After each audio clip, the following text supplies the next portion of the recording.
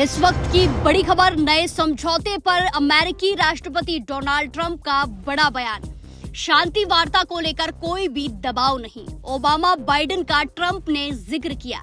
इसी के साथ ईरान भेजे 1.7 अरब डॉलर का भी ट्रंप ने जिक्र किया है। ये बयान ट्रंप का सामने आया है, जहां उन्होंने कई सारी बातें कही हैं। ट्रंप ने शांति वार्ता के साथ साथ ओबामा बाइडेन का जिक्र किया और 1.7 अरब डॉलर के कैश को लेकर भी सनसनीखेज खुलासे किए हैं।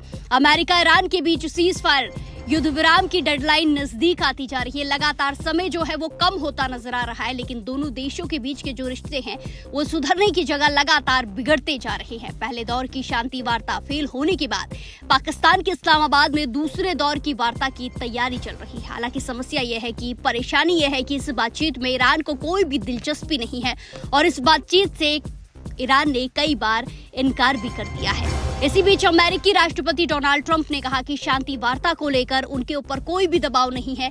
व्हाइट हाउस की आधिकारिक हैंडल से शेयर किए गए पोस्ट में लिखा गया, ईरान के साथ हम जो डील करने जा रहे हैं वो JCPOA से कई ज्यादा बेहतर होगी। JCPOA को आमतौर पर ईरान न्यूक्लियर डील कहा जाता है।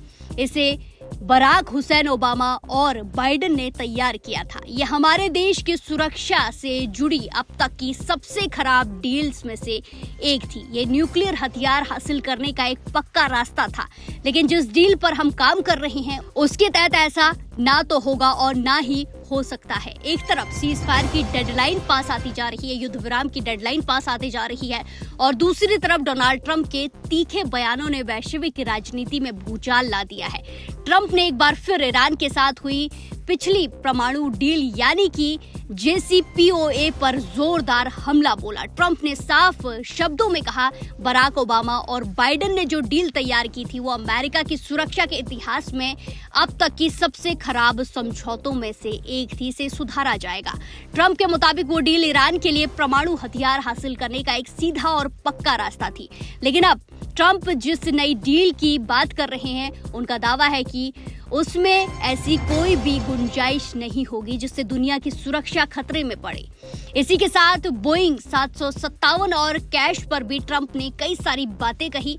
इस पूरी चर्चा में सबसे हैरान करने वाली बात जो ट्रंप ने कही वो थी नगद पैसों की डिलीवरी।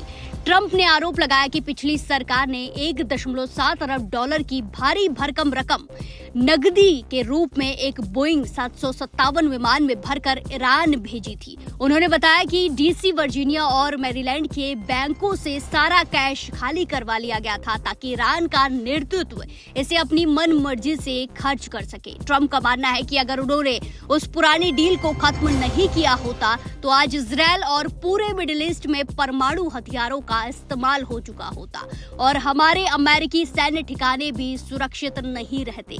अपनी बात को आगे बढ़ाते हुए अमेरिकी राष्ट्रपति डोनाल्ड ट्रंप ने मीडिया के एक वर्ग जिसे वो फेक न्यूज कहते हैं उन पर भी निशाना साधा, उन पर भी हमला बोला है। उन्होंने कहा कि वॉशिंगटन पोस्ट जैसे अखबार इस खतरनाक डील की सच्चाई को जानते हुए भी इसे सही बताते रहे हैं। ट्रंप ने वादा किया है कि उनके नेतृत्व में होने वाली कोई भी नई डील ना सिर्फ इजराइल और मिडिल ईस्ट के लिए बल्कि यूरोप और अमेरिका के लिए भी शांति और सुरक्षा की पक्की गारंटी होगी। उन्होंने इसे एक ऐसी जीत बताया जिस पर पूरी दुनिया को गर्व होगा, ना कि वो शर्मिंदगी जो पिछले कमजोर नेतृत्व के कारण झेलनी पड़ी थी।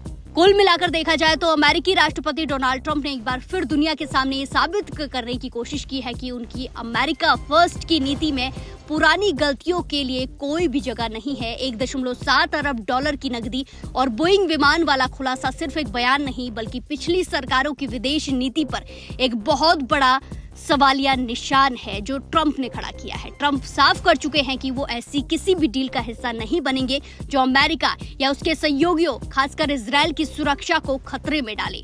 अब पूरी दुनिया की नजरें पाकिस्तान में होने वाली वार्ता पर, शांति वार्ता पर टिकी है। क्या वहां कोई समाधान निकलेगा या फिर डेडलाइन खत्म होने के बाद मिडिल ईस्ट में, पश्चिम एशिया में तनाव एक बार और बढ़ेगा, एक नए और खतरनाक मोड़ पर पहुंच जाएगा।